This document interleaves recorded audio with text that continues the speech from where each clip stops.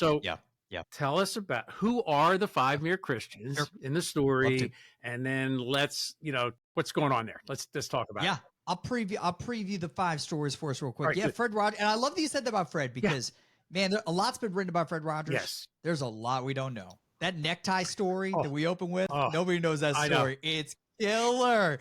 So, all right, first and foremost, Fred Rogers, creator of Mr. Rogers' Neighborhood. Yes. Shows us a lot, but my number one takeaway from his story, he shows us what it looks like practically to glorify God by living at a pace that allows us to experience God's love and extend God's love to those we live and work with, right? That's Fred. Number 2, Fannie Lou Hamer, this civil rights activist who almost caused LBJ to drop out of the race for the presidency in 1964. That's wild.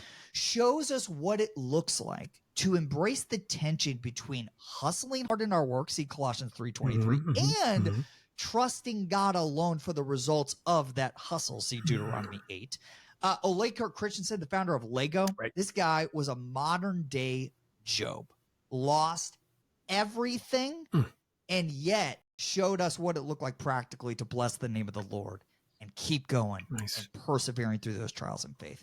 Number 4, Hannah More, this poet who lived in the 18th century, who, no big deal, gets credit for abolishing slavery throughout the British Empire, is a remarkable example of what it looks like to refuse to isolate from the darkness of this world, but rather insulate, right? So that she could brave the elements of the darkness of this world and advance God's kingdom on earth as it is in heaven. And then finally, number 5, C.S. Lewis, the mere Christian himself, author of Chronicles of Narnia.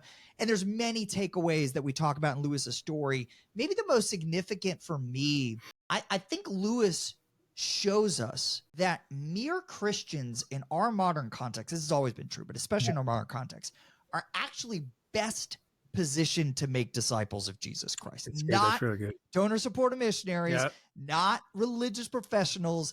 It's mere Christians like Lewis, like Moore, like Christensen, like Hamer, like Rogers, and like me and most of our listeners.